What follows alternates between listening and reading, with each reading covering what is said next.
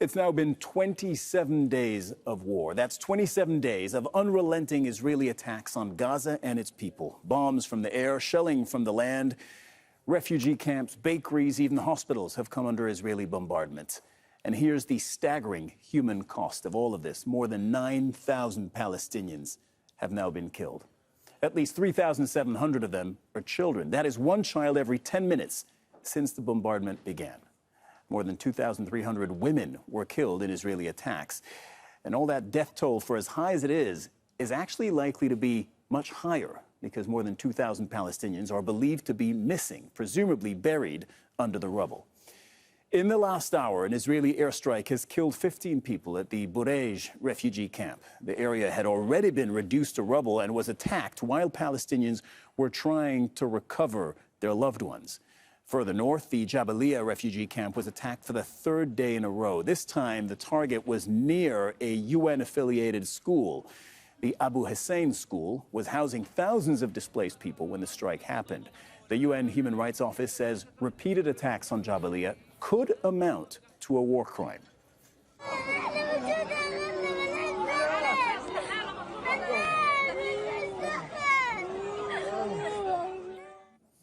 And just in the past couple of minutes, we've heard that there have been more airstrikes in northern Gaza. Those are the skies right now, the live shot of the skies over Gaza.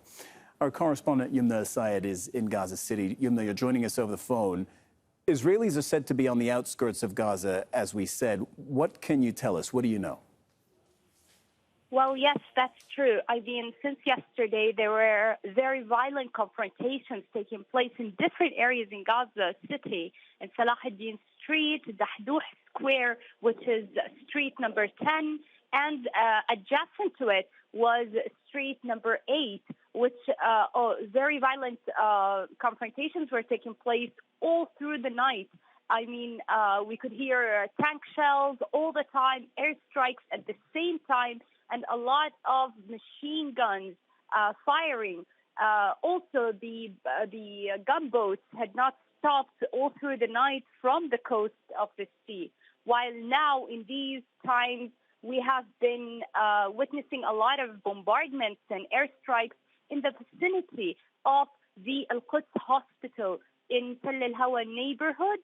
The Al-Quds Hospital has also been witnessing a lot of bombardments around its areas yesterday evening, and now these over 20 airstrikes actually in that just area just less than half an hour ago. Is it possible to leave Gaza City at the moment, Youmna? We have been trying to leave Gaza City. A lot of people have been trying to leave Gaza City these past few days because of the intense bombardment, the confrontations that are going on. But cars, civilian cars, have been targeted the past few days and today, including today.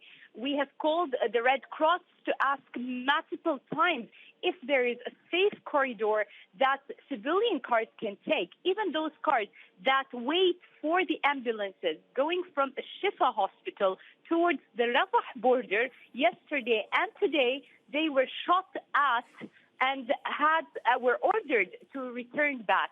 Yesterday, an UNRWA bus for an UNRWA, one of the UNRWA employees who was evacuating his family to the Rafah border was targeted, and 3 people were severely injured in that bus, and it's an UNRWA-level bus, along with 3 other civilian cars. Today, 2 more civilian cars were targeted while they were on the road behind the ambulances trying to evacuate to the south. What about the aid that's coming into Gaza? There have been 100-plus trucks, and we know all aid groups are unanimous on this. It's only a drop in the ocean. It's not nearly enough for what is actually needed in Gaza. But my question is any of that aid, food, water, medical supplies, et cetera, reaching the northern part of the Strip, reaching, for instance, the residents of Gaza City?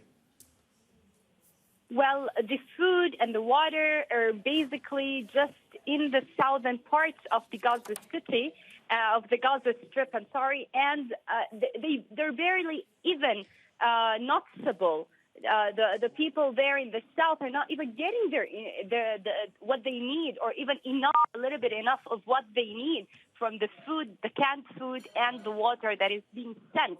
While medical necessities and medications that have been sent, the Ministry of Health is the one that's responsible to receive them from the Red Cross, and it distributes them on the hospitals running even here in the north. That's what we have been told, although after that took a while for these medications to be distributed to a Shifa hospital and to other hospitals in the north, but eventually they did take a little bit of it. But already the consumables, the medications that are sent, doctors here, Shifa has been telling us that they are not even a little bit of what they need of the huge shortage that they have in medications, and most of the medications even are not the ones that they need for these kinds of attacks. Like, for example, there are a lot of burnings that come out of the injuries because of the kind of weaponry and missiles that are dropped on these civilian homes when they're bombarded. And hospitals here, they say that they don't have anything for that. They don't have anything for these cases.